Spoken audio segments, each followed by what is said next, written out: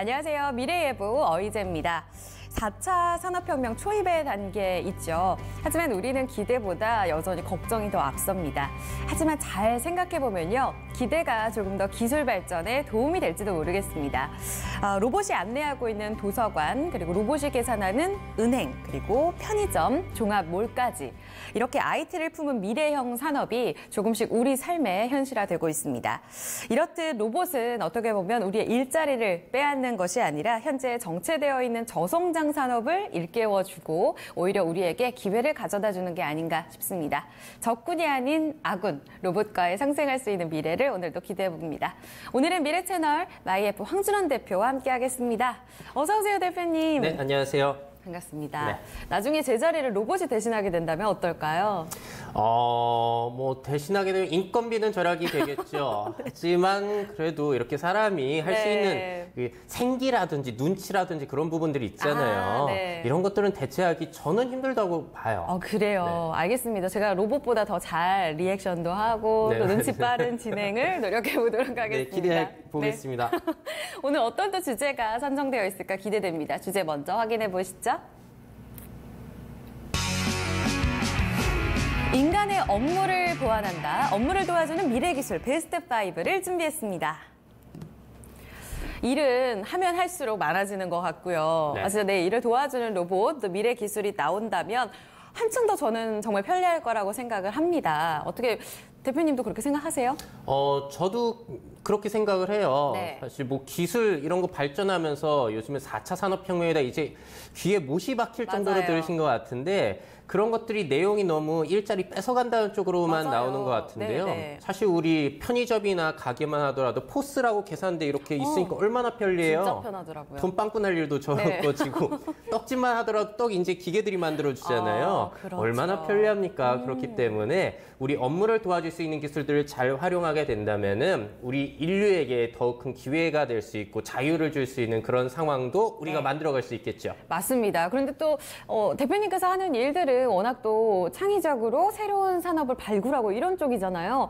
로봇이 대체 못해줄 것 같아요.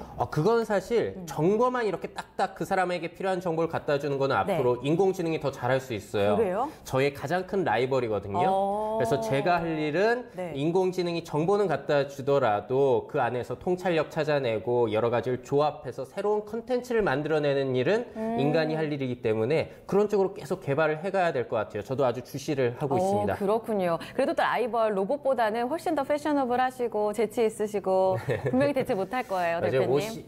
로봇이 옷은 더 잘 못 입겠죠? 네. 서로 또 이렇게 훈훈하게 시작을 해봅니다.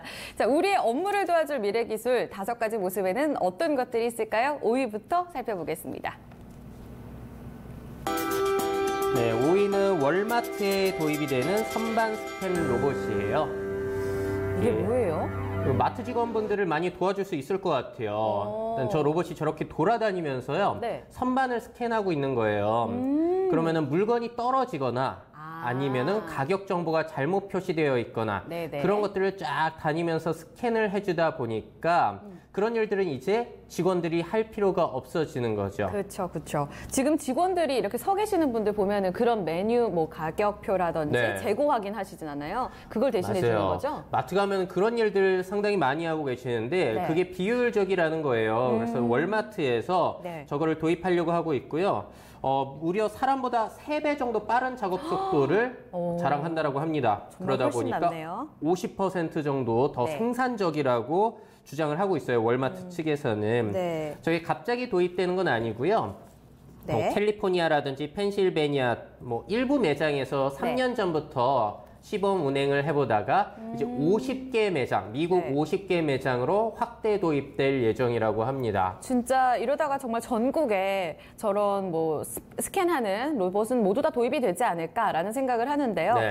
확실히 보면은 아까 보니까 또 온라인, 그러니까 모바일로 이렇게 재고 확인이 또 바로 가능하도록 또 연동이 되어 있는 것 같더라고요. 네, 그런 것들도 뭐 기본적으로 이제 뭐 온라인, 오프라인의 경계가 무너지는 거다 보니까 그런 편리한 기술들을 어떻게 빨리 도입해서 고객들에게 편의를 제공하느냐, 그게 한 가지. 그리고 얼마나 자동화 시켜가지고 직원의 능력들을 더 생산적으로 쓸 수 있느냐.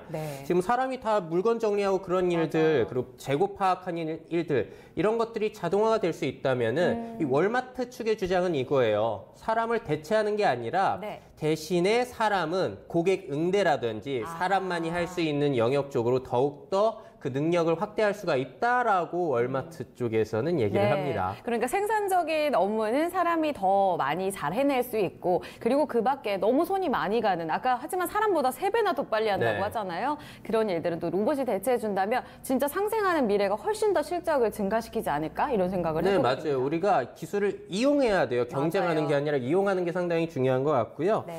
또 이런 월마트뿐만 아니라 요즘에 실내 곳곳에 자율 이동 로봇들이 도입이 되면서 사람의 일을 도와주더라고요. 사실 예전부터 있었죠. 로봇 청소기들, 그것도 그렇죠? 자율 이동 로봇이잖아요. 맞아요. 돌아다니면서. 네, 근데 점점 걔네들이 똑똑해져 예전에는 청소했던 곳만 이렇게 돌아다녔는데 안 했던 곳을 파악하면서 돌아다니잖아요. 그것뿐만이 아니라 또 유명한 사례는 미국 아마존이라든지 뭐 알리바바, 중국의 알리바바도 마찬가지고요. 대형 물류 창고에 이제 로봇들이 돌아다니면서 물건을 이동시켜 주잖아요. 이만한 로봇인데 로봇 청소기처럼 생겼는데 그게 300kg, 500kg 이상을 들다 보니까 사람의 업무를 확실하게 도와주고 있어요. 네, 사람들이 할 수 없는 그런 한계를 뛰어넘는 로봇들의 기술이 정말 우리와 이렇게 상생하게 된다면 훨씬 더 큰 시너지를 내지 않을까 싶습니다. 이미 유통 물류 쪽에서는 이렇게 활용이 되고 있네요. 5위로 살펴봤습니다. 4위 가겠습니다. 네, 4위는 제가 아주 좋아하는 사례예요. 3D 프린터로 만든 아름다운 체리 케이크 한번 보시죠. 지금 딱 식사하고 단 게 땡기거든요. 아, 맞아요. 저런 맛있겠다. 한번 맛있어 보이는지도 보세요. 네. 3D로 이제 디자인을 컴퓨터로 하고요. 3D 프린터로 틀을 뽑는 거예요. 그런 다음에 실리콘을 발라서 그 몰드를 만들게 되면은 그걸 활용해가지고 세상에 없는 저렇게 예쁜 체리 케이크를 만들어낼 수가 있습니다. 맛도 체리 같은 거예요? 체리 맛을 아무래도 넣겠죠? 아마 체리잼이 들어있지 않을까 싶고요.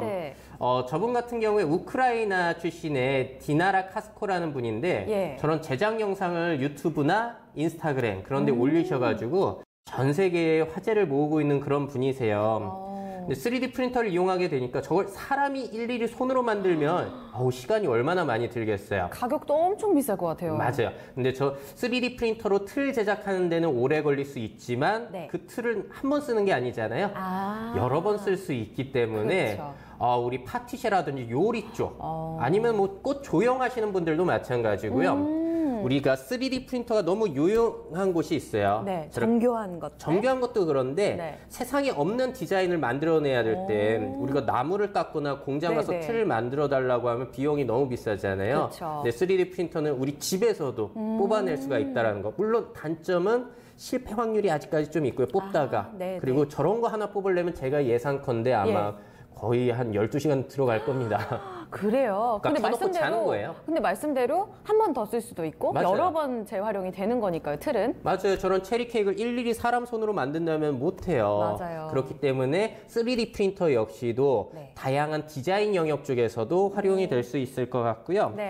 재미난 점이요. 저분이 돈을 어떻게 버시는지 그 수익 수단도 재밌어요. 어떻게 돼요? 일단 케이크를 판매하는 거는 많이 못 만들기 때문에 그렇게 많이 팔지는 못하실 거예요. 그래서 저분을 제가 팔로우를 하고 있거든요.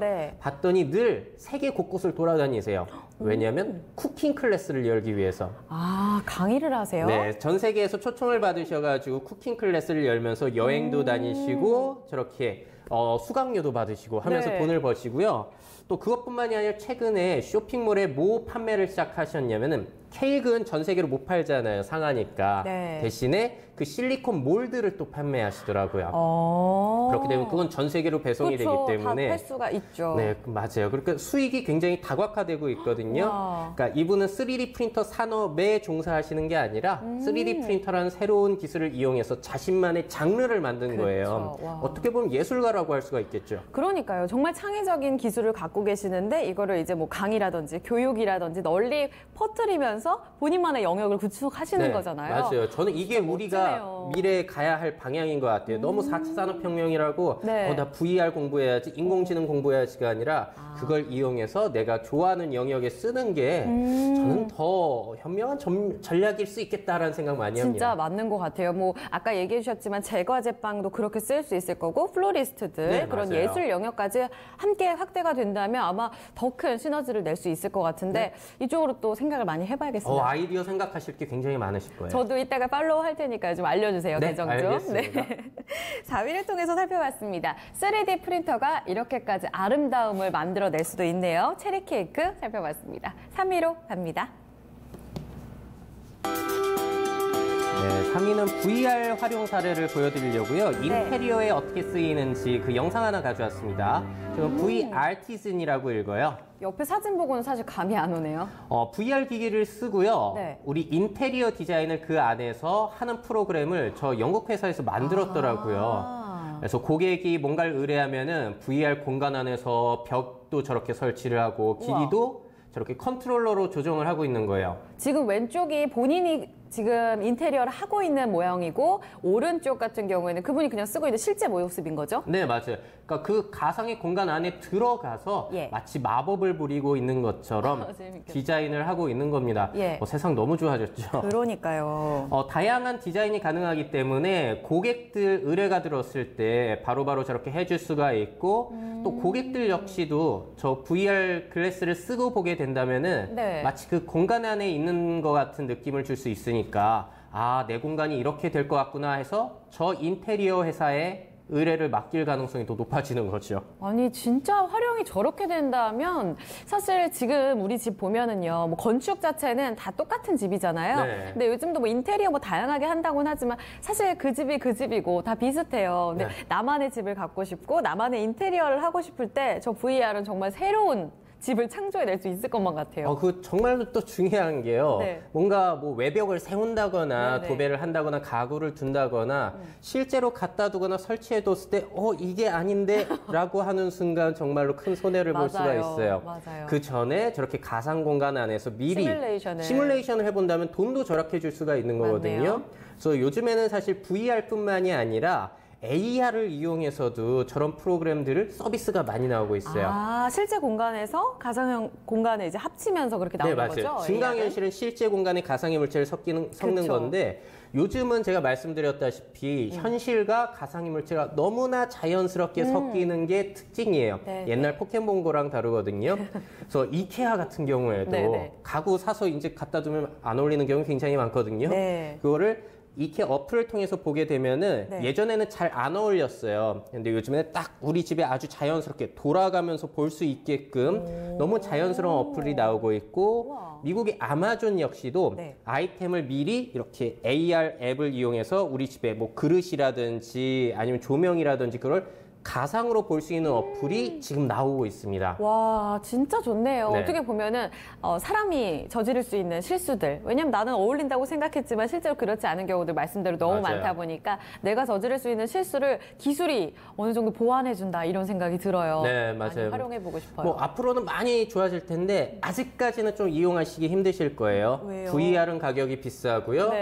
그리고 말씀드린 AR 어플 같은 경우에는 자연스럽게 혼합되는 거는 지금 최신 폰들, 최신 스마트폰, 특히나 아이폰에서 지금 거의 활용이 되고 있어요. 그러니까 iOS 11 버전부터 활용이 되거든요. 아이폰 6S부터. 그 카메라가 되는 거예요. 카메라보다도 카메라 안에 그 스마트폰 안에 칩들이 조금 고사양이어야지 그런 것들을 다 파악할 수가 있다 보니까 최신 폰 중심으로 지금 되고 있고 애플 중심으로 되고 있다. 안드로이드에서는 아마 곧 나올 거예요. 곧 되겠죠.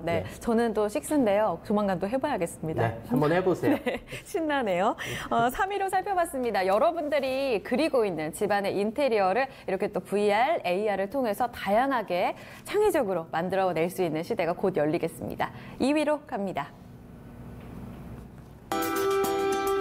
2위는 그림 못 그리시는 분들이 아주 솔깃하실 만한 내용입니다. 머신러닝을 이용한 그림 그리기, 구글의 오토드로우라는 홈페이지예요. 와. 저기 아주 신기한 게요. 구글의 머신러닝, 그러니까 인공지능을 활용했고요. 컴퓨터 안에서 대충 일단 그림을 그려요. 사이트 접속해서. 그러면은 저거에 저 사람이 뭘 그리려고 하는구나를 파악해가지고 위에 이거 그리려고 하죠? 라는 걸 추천해줘요. 꽃. 대충 그리면 저렇게 돌고래. 돌고래, 양말 저런 것들을 선을 정리해서 이제 추천을 해줍니다. 와. 그러니까 좀 더 편리하게 그림을 그릴 수 있는 도구가 되겠고요. 저거 다 무료로 그려가지고 다운받을 수가 있어요. 그리고 PC에서도 쓰고 스마트폰, 태블릿에서도 모두 무료로 이용하실 수가 있습니다. 우와, 애기들 교육으로도 많이 쓰겠는데요? 애기들 교육에선 저는 좀 걱정되는 부분도 있어요. 근데 창의력이요? 네, 창의력. 너무 다 똑같은 그림만 그리게 되면은 우리 추상화도 이상하기 때문에 예쁜 거잖아요. 그래서 과연 저게 교육적으로 좋을까는 모르겠습니다만 우리 똥손인 분들도 금손으로 바꿔줄 수 있는 아주 편리한 도구인 것 같아요. 저를 위한 어플리케이션, 저를 위한 기술이 아닌가 싶어요. 사실 아까 저걸 보니까 우리 글자 쓸 때요. 휴대폰에서도 자동 완성 기능이라는 게 있잖아요. 오타를 방지해주는 그런 기능인데 비슷한 것 같네요. 그쵸? 맞아요. 자꾸 우리의 작업을 도와주는 것들 너무나 많이 생겨나고 있어요. 이게 뭐 비인간적인 게 아니라 우리의 귀찮은 부분을 해소해 주는 거거든요. 인공지능 발달로 특히나 프로그램들이 너무나 편리해지고 있어요.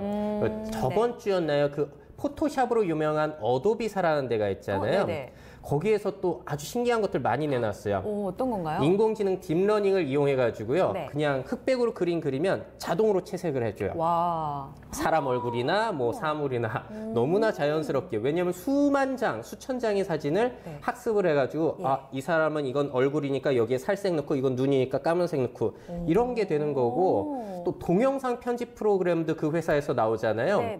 근데 우리가 영상에서 어떤 특정 뭐 기둥이라든지 그런 걸 지우려고 할 때 지금은 뭐 CG팀 돈 엄청나게 주고서 그걸 지워야 되는데 하나하나 했는데 지금은 그냥 버튼만 누르면 싹 사라지는 그런 기술을 또 저번 주에 공개했습니다. 와, 아마추어들이 진짜 프로가 될 수 있는 그런 기술 아닌가요? 맞아요. 우리가 뭔가 창작을 하려고 할 때 뭐 손재주가 없다 그런 거는 이제 더 별로 안 중요해지는 것 같아요. 창의력, 상상력이 훨씬 중요해지는 것 같습니다.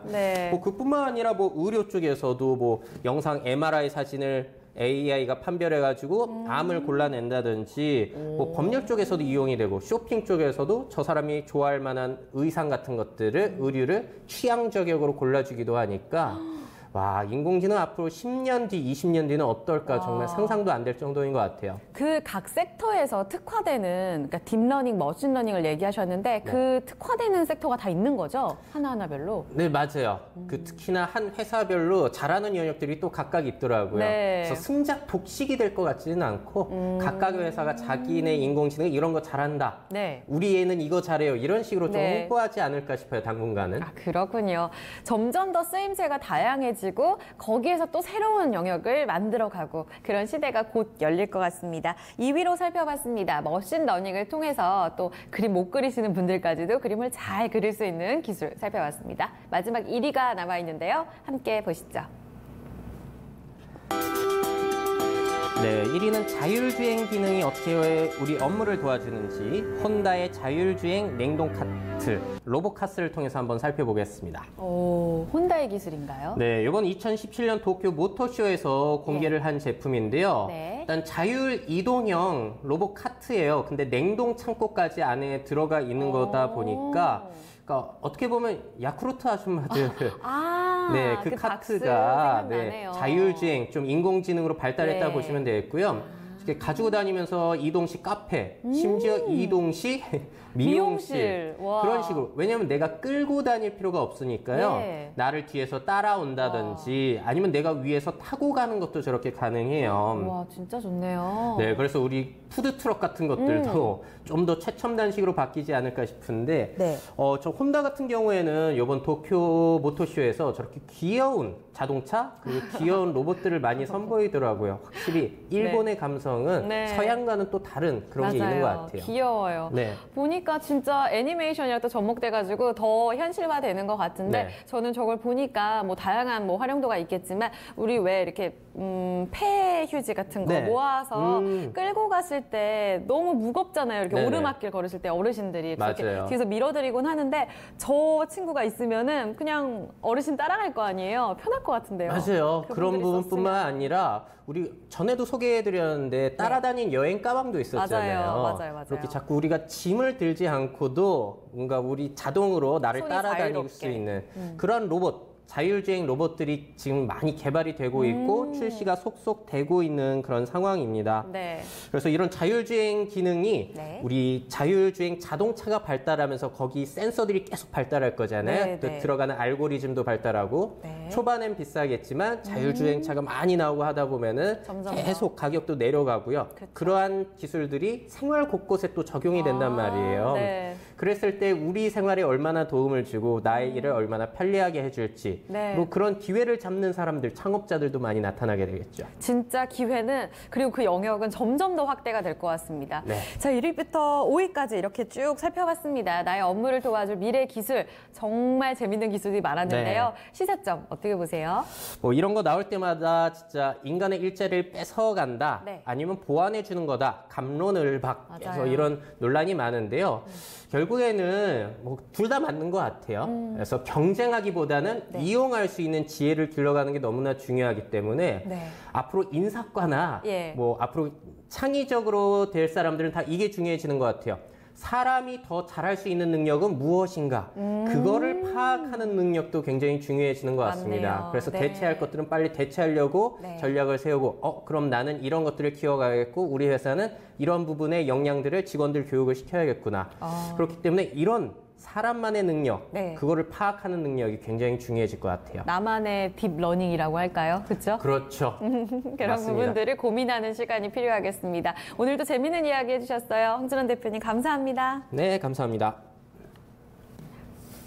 내가 로봇보다 더 낫게 그리고 더 잘할 수 있는 분야는 어디가 될까요? 또 로봇을 그 기술을 잘 활용해서 더 나은 영역을 찾아가는 일 우리의 또 과제가 아닐까 싶습니다. 미래예보와 함께했습니다. 다음 주에는 더 재미있는 상상의 기회가 될 수 있는 아이디어 가져오겠습니다.